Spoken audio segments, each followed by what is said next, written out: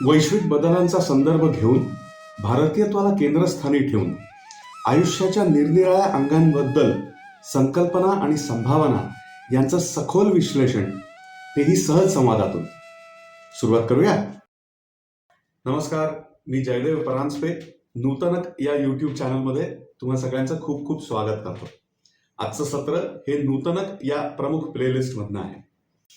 मित्रांनो, मागच्या वेळचं सत्र जर तुम्ही पाहिलेलं नसेल तर ते आवर्जून पहा. इतिहास नेहमी भूगोलावरच घडतो या निमित्ताने जिओ पॉलिटिक्सचा एक बेसिक कॅनव्हास जो आहे तो मी तुमच्या समोर मांडला होता. तो जर पाहिला नसेल तर मी आय बटनमध्ये लिंक सोडतो आहे, आवर्जून पहा. हे जर तुम्ही पाहिलं, मागच्या वेळेला जे आपण बोललो होतो त्याच्यामध्ये नवीन वर्ल्ड ऑर्डर जशी दिसते हे जर पाहिलं तर त्याच्या केंद्रस्थानी भारत येतो. आता हा फक्त भौगोलिक दृष्ट्या येतो का? तर नाही, खऱ्या अर्थाने येतो. त्याची काही तात्कालिक म्हणावीत अशी आत्ताची परिस्थितीजन्य कारणं आहेत.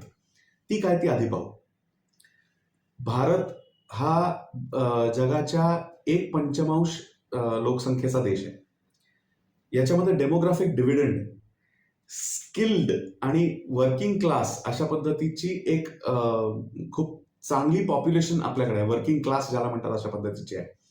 म्हणजे डेमोग्राफिक डिव्हिडंडच्या संदर्भाने बोलताना म्हणजे 15 ते 35 या वयोगटातली खूप जास्त लोक येणार बराच काळ आपल्याकडे आपल्या लोकसंख्येचा भाग म्हणून असणार आहेत.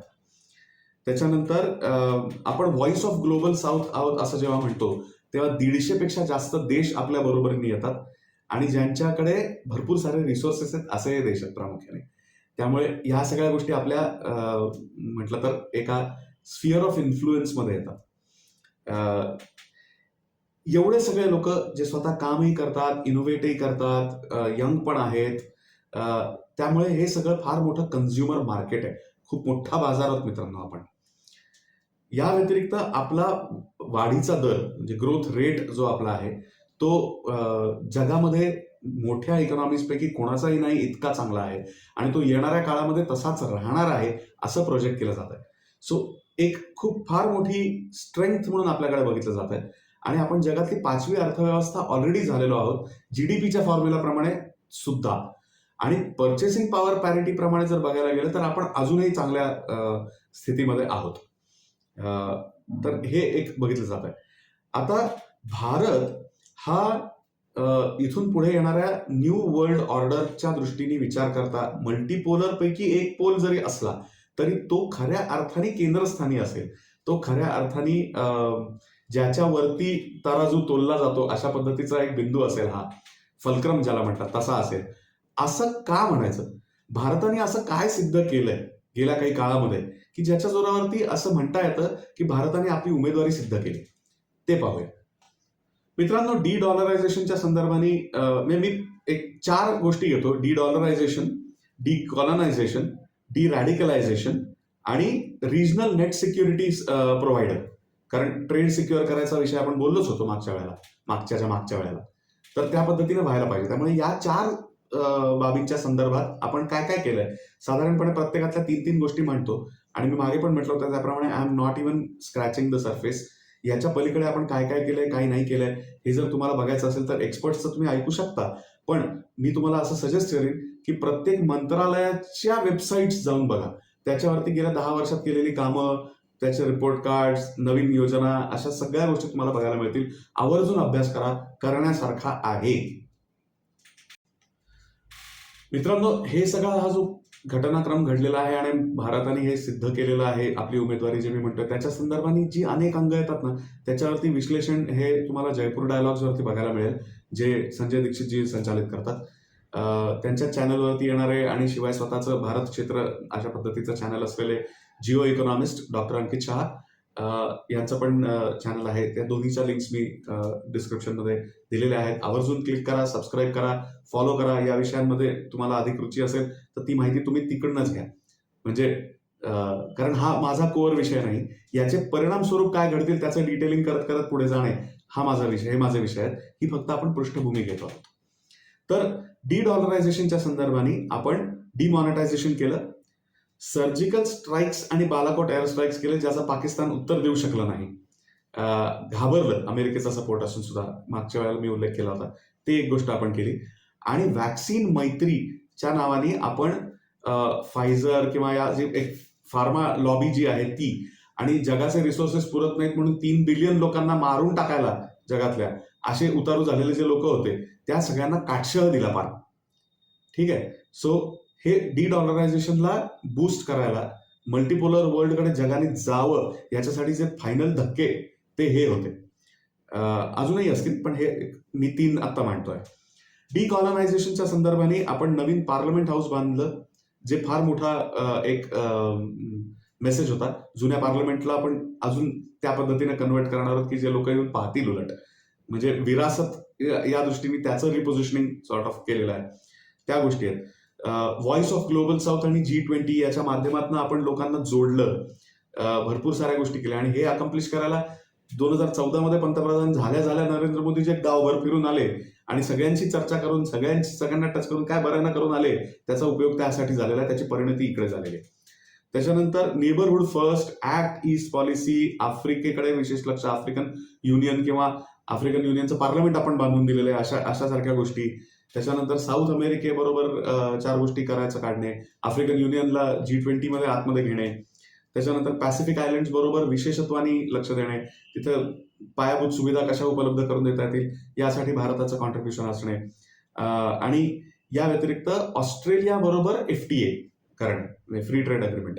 अशा सगळ्या गोष्टींनी आपण थोडंसं डिकॉलनायझेशनकडे लक्ष देण्याचा प्रयत्न केलेला आहे. डिरॅडिकलायझेशनसाठी आपण ट्रिपल तलाक काढून टाकला, आर्टिकल 35A आणि 370 काढून टाकलं, आणि राम मंदिर झालं. रामलल्लाची प्राणप्रतिष्ठा झालेली आहे अयोध्येमध्ये. खूप मोठी गोष्ट आहे मित्रांनो. आणि याबरोबरीनं इथून जी सुरुवात झाली ती आज संबळमध्ये कुठपर्यंत पोहोचलेली आहे हे आपण पाहतो आहोत. सो डिरॅडिकलायझेशनवरती खूप जोराने सुरू आहे. रिजनल नेट सिक्युरिटी प्रोव्हायडर आणि पार्टनर कशासाठी, तर डिझास्टर रिलीफमध्ये फर्स्ट पार्टनर अशा पद्धतीनं पण हे पोझिशनिंग आहे. तर त्याच्यामध्ये आपण काय काय केलंय, तर डिजिटल गव्हर्नन्स प्लॅटफॉर्म्स आपले जे आहेत, कोविन आपण बऱ्याच लोकांना कोविडच्या काळामध्ये ऑफर केला, आधारचा जो प्लॅटफॉर्म आहे तो आपण ऑफर करतो आहोत, बरोबरीनं UPI पण ऑफर करतो आहोत. सो अशा सगळ्या गोष्टी आहेत. जनधन आधार मोबाईल जे त्रयी आपण केली, आणि त्याचं मागच्या पहिल्याच एपिसोडमध्ये आपण पाहिलं होतं की त्याचं झाड फोफावतं तसे परिणाम बघायला मिळाले. हे आपण शेअर करतो आहोत आपल्या रिजनमध्ये पहिले, आणि मग शिवाय इतर ठिकाणी. त्यानंतर म्हटलं तसं डिझास्टरमध्ये फर्स्ट रिस्पॉन्डर म्हणून आपलं रेप्युटेशन आहे. पार तुर्कीपर्यंत आपण पहिला रिस्पॉन्डर म्हणून दिलेला आहे आपत्तीच्या काळामध्ये. त्यानंतर चीनला आपण धरून ठेवलं पक्क की या बॉर्डरच्या आत येऊ शकत नाही, 1 इंच जमीन आमची तुम्हाला मिळणार नाही, आणि आता तर आपण त्यांना मागे ढकलून लावलंय. सो हे करणं हे फार मोठी गोष्ट आहे की जी हे सांगते की आपण रिजनल नेट सिक्युरिटी प्रोव्हायडर होऊ शकतो.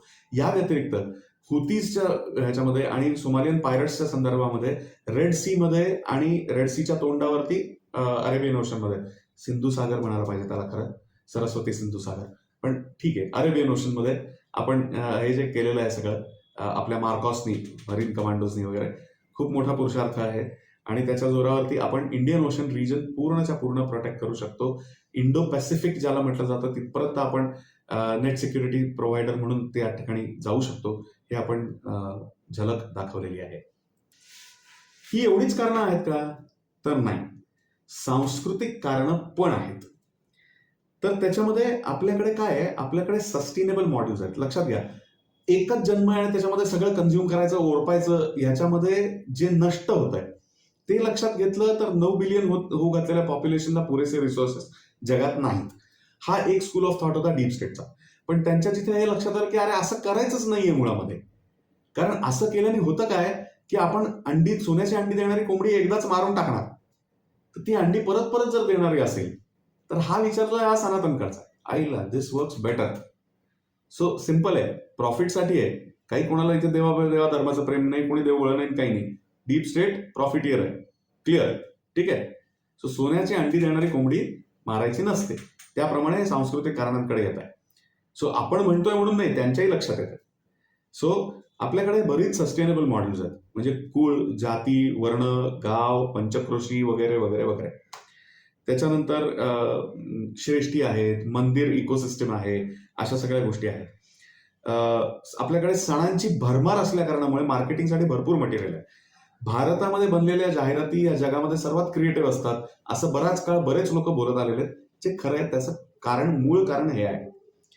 इतरही विक्री करण्यासारख्या गोष्टी भारतीय संस्कृतीमध्ये, सनातन संस्कृतीमध्ये, जी इतर जगभरामध्ये पण अनेक ठिकाणी होती, अशा सगळ्यामध्ये भरपूर आहेत. म्हणजे योग, आयुर्वेद वगैरे वगैरे. आता जगभरामध्ये अनेक ठिकाणी पसरलेली ही सनातन संस्कृती कशी कशी होती, कुठे कुठे होती, याच्याबद्दल खूप रोचक शोध, लोकांची चर्चा आणि अशा गोष्टी आदित्य सत्संगीजींनी केलेल्या आहेत. आपले सोलापूरचे आहेत, मराठी भाषक आहेत, सॅन्डियागोला असतात. त्यांचं सत्तॉलॉजी म्हणून चॅनल आहे, त्याची लिंक पण मी डिस्क्रिप्शन मध्ये देतोय.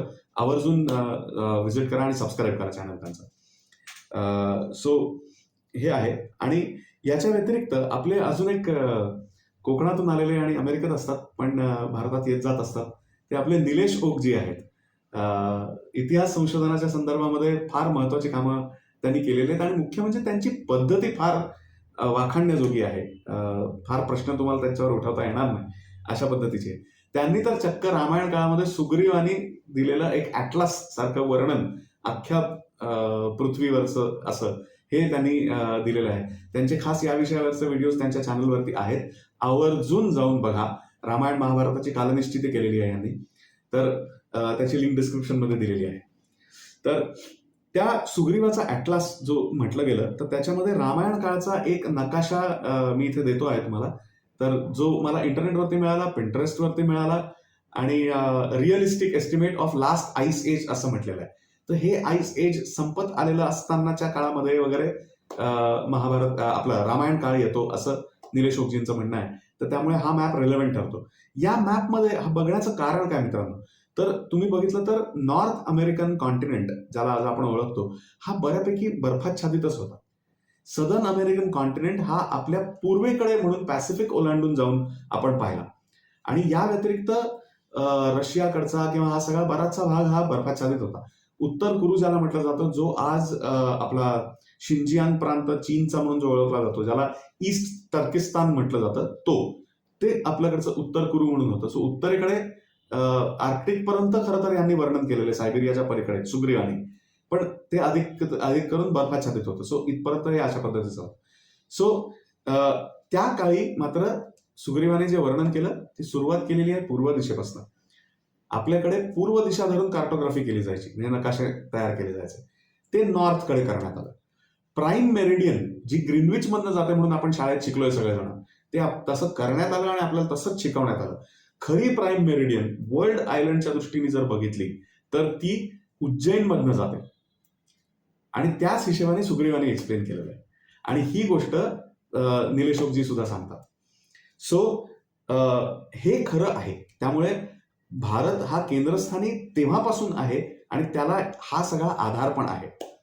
आता अब्राहमिक वर्सेस सनातन, हे सोन्याची अंडी देणारी कोंबडी म्हणजे सनातन, एवढ्या दृष्टीने डीप स्टेट पाहत आहे. भावनिक व्हायची गरज नाही. पण ही गोष्ट खरी आहे की तात्कालिक असो, सांस्कृतिक असो, की प्राचीन पुरातन असो, पौराणिक काळातली असो, अशी असंख्य कारणं आहेत ज्यासाठी भारत हाच आधारस्तंभ ठरणार आहे न्यू ग्लोबल किंवा वर्ल्ड ऑर्डरसाठी. मित्रांनो, हे सगळं विवेचन हे तुम्हाला आवडत असेल, ही सत्र आवडत असतील, वैश्विक बदलांची पृष्ठभूमी ही सिरीज आवडत असेल तर या व्हिडिओला लाईक करा, शेअर करा, सबस्क्राईब करा चॅनलला आणि कमेंट सेक्शनमध्ये तुमचे विचार आवर्जून द्या. तुमचे विचार आणि तुमची मतं, प्रश्न असं काही असेल, समस्या असतील काही, तर त्या तुम्ही आवर्जून आमच्यापर्यंत पोहोचवू शकता. त्याच्यासाठी एकच नंबर आहे, कॉल आणि व्हॉट्सअप या दोन्ही माध्यमांसाठी. तो म्हणजे 9975063139. हा नंबर पण डिस्क्रिप्शन मध्ये दिलेला आहे आणि याची डायरेक्ट व्हॉट्सअप चॅट लिंक पण दिलेली. त्याच्यावरती क्लिक केली की आमची व्हॉट्सअपची चॅट विंडो डायरेक्टली उघडेल. आवर्जून संपर्क साधा, संवाद साधा, कारण आपल्याकडे म्हटलंच आहे, वादे वादे जायते तत्वबोधाः. शुभम भवतु.